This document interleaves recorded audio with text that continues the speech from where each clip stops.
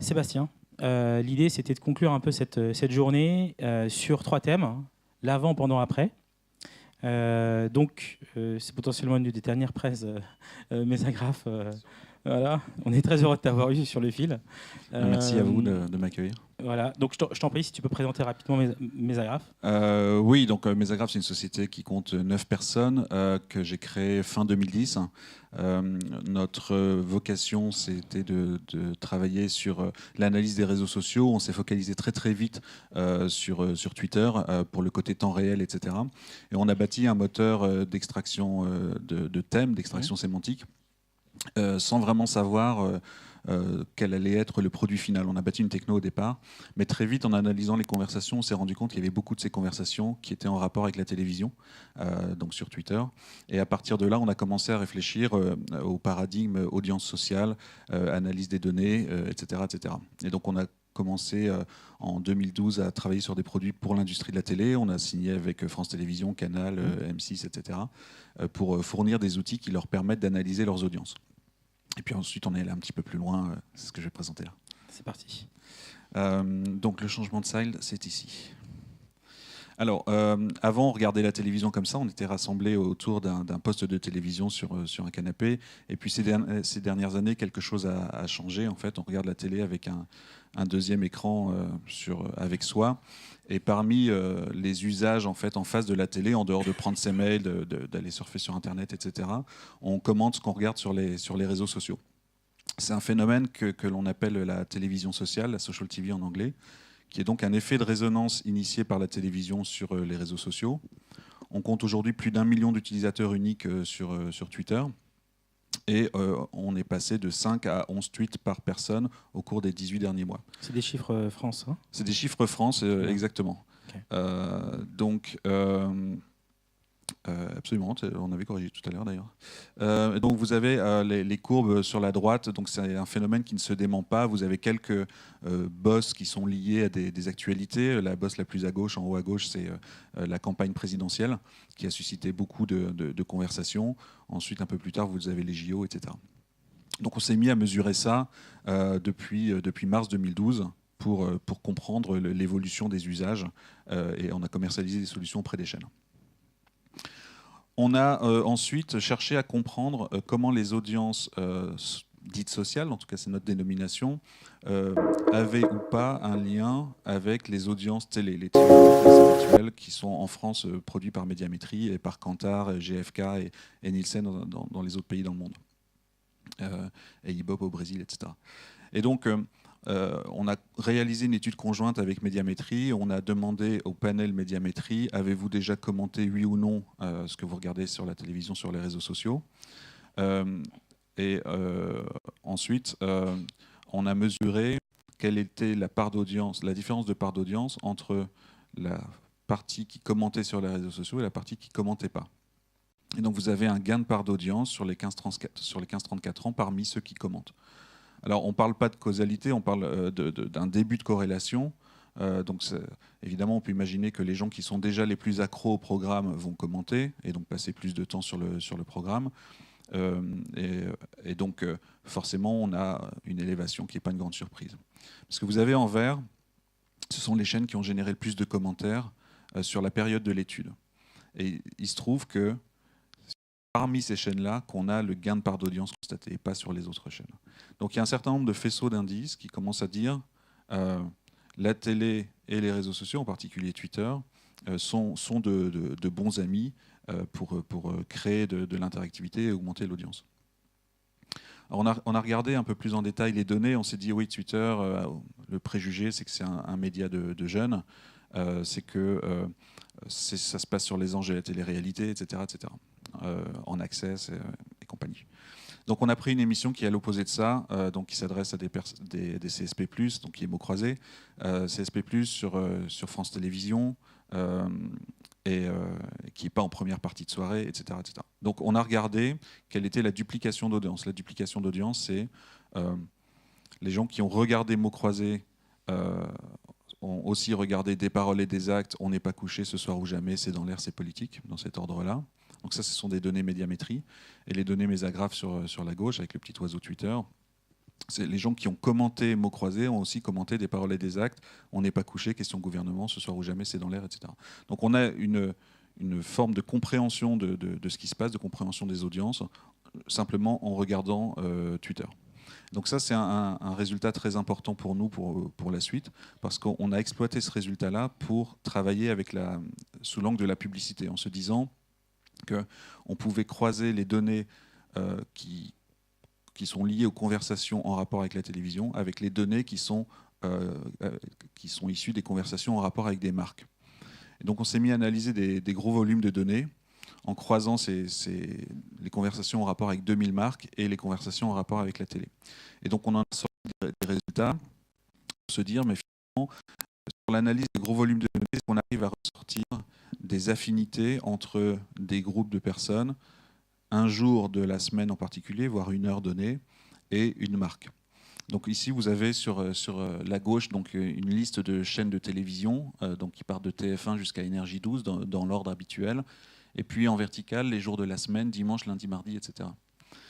Plus on est proche du rouge, plus l'affinité est forte. Et plus on est bleu, plus l'affinité est froide. Donc ça a été fait au mois d'octobre 2013. Et c'est pour la marque Auchan. Et quand vous regardez l'ensemble du tableau, vous regardez là où est l'affinité la plus forte, c'est le lundi sur M6. Et un petit peu après, le lundi sur M6, Top Chef démarré et Auchan est un sponsor. Donc ça permet de détecter un certain nombre de choses, d'affinités sur les grandes masses de données. Et évidemment, ça, on peut le découper par case horaire, on peut le découper par programme, et on a une grande granularité derrière ça. Donc, en amont... On est dans du prédictif, quoi. On arrive à identifier des terrains sur lesquels on va pouvoir activer après des OP basés sur l'analyse data. Voilà, exactement. Et donc, ces insights-là sont utilisables évidemment pour le media planning télé, mais aussi pour le digital et pour prendre un certain nombre d'actions. Donc, c'est simplement se dire comment les gens qui sont en face de leur télévision ont réagi, identifier ces grandes tendances pour ensuite prendre des décisions là-dessus. Donc je ne suis pas là pour faire la pub de Twitter, je le ferai un peu plus tard dans ma vie, dans quelques semaines, mais je voulais juste sur le pendant et sur le fait d'actionner des campagnes sur Twitter, ce que ça peut synchroniser avec la télévision, qu'est-ce que ça peut apporter concrètement. Donc ici on a un exemple d'une campagne avec un produit qui s'appelle lui aussi Twitter Amplify, comme le collègue d'avant, enfin qui s'appelait Amplify chez le collègue d'avant. Et ici, on est sur Twitter Amplify. Et ce qu'on a mesuré, c'est l'évolution de la part de voix des marques de consoles de jeux au début d'une campagne, les jours de diffusion du programme qui a été sponsorisé par la marque, en l'occurrence PlayStation 4, et puis pendant l'opération, entre les diffusions du programme, c'est-à-dire entre les diffusions du match de foot en question. Donc au début de l'opération, on a une part de voix qui est en faveur de Xbox. Les jours de diffusion, PlayStation 4 avait sponsorisé un match de foot et dont certains clips étaient repostés sur Twitter, sponsorisés par PlayStation 4. Donc avec un effet d'amplification, c'est pour ça que ça s'appelle Amplify, c'est-à-dire qu'on va toucher des audiences qui sont susceptibles d'être connectées, d'être intéressées par un match de foot.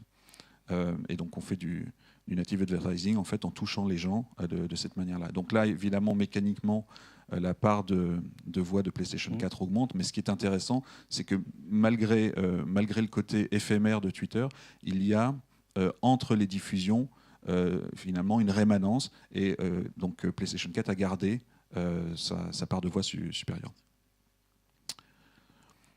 Ensuite, sur l'après, comment peut-on analyser une campagne qui s'est passée à la télévision. Donc, de la même manière que les gens commentent les programmes télé, ils commentent aussi les publicités. Donc ici, on a un exemple sur Peugeot pendant une durée de 3 mois, en bleu. En orange, la part des conversations qui parlent d'une publicité en particulier. Et en dessous, on a branché nos algorithmes d'analyse de sentiments. Et on voit qu'en face de la zone orange, on a un sentiment négatif. Donc là, on arrive à identifier paid, earn, sur une campagne donnée avec l'analyse du sentiment, en fait. C'est ça l'idée. Voilà, exactement. Donc là, on a recollé les données d'investissement publicitaire qui sont en dessous, en face du sentiment. Et donc, on arrive à corréler un sentiment en face d'une campagne donnée. Donc là, le sentiment négatif est associé à une campagne bien particulière sur un produit particulier. Et donc du coup, c'est des insights pour l'annonceur. C'est des insights pour l'annonceur. Et après, en descendant un peu plus loin dans l'analyse des données, on est capable de savoir effectivement ce qui a provoqué cette réaction. Est-ce que c'est quelque chose au niveau de la créa ou est-ce que c'est une question de contexte ou autre? En l'occurrence, c'est ce qui s'est passé, c'est ça. Donc on a eu des milliers et des milliers de messages qui ont critiqué. Donc là, on a l'info. Ça a une conséquence sur l'achat média, sur la manière dont on va distribuer la pub. C'est une conséquence sur la créa. Donc là, c'est un cas concret en fait. Oui, c'est exactement un cas concret. Ce qui est intéressant, ce qu'il faut retenir, c'est qu'on a une boucle de retour à grande échelle auprès de plusieurs millions de personnes en fait, qui amènent des insights en permanence. Et pour peu qu'on sache les exploiter, on peut en tirer parti avant, pendant, après. Ok, très bien. Voilà pour le tour d'horizon de l'analyse des réseaux sociaux et en particulier Twitter. Ok. Est-ce qu'il y a une question dans la salle? Oui. Alors, au départ, parce que au départ, quand on a commencé, on a remarqué que sur la télévision, il y a deux raisons. La première raison, c'est le côté temps réel. Quelqu'un commente un but pendant un match de foot sur Facebook, et 7 minutes après, vous avez le message qui dit « goal ». Ben voilà, c'est trop tard. C'est 7 minutes après. Donc petit à petit, les choses se sont résorbées et ce problème-là est moins visible aujourd'hui. L'autre raison, c'est que Facebook est un média privé. C'est-à-dire que vous parlez à votre cercle d'amis immédiat, sauf si vous parlez sur une page de fans. Mais en dehors de ça, l'essentiel des commentaires a lieu en privé, contrairement à Twitter où les commentaires sont exposés à tout le monde. Donc la capacité d'amplification des messages est beaucoup plus forte sur Twitter qu'elle ne l'est sur Facebook, pour cette raison-là. Autre question? Très bien. What next? Départ à Londres? Oui, départ à Londres à la fin du mois avec toute l'équipe. Okay. Et puis, je vais m'occuper d'un certain nombre de pays maintenant. Donc, on va continuer sur notre lancée, mais je vais m'occuper d'une zone beaucoup plus large au niveau mondial, Europe, Moyen-Orient, Afrique, un petit peu d'Amérique latine, d'Asie-Pacifique. Voilà. Donc, on va faire ça en plus grand, quoi. Très bien. Bah, écoute, bravo. Merci beaucoup d'être venu. Merci à vous.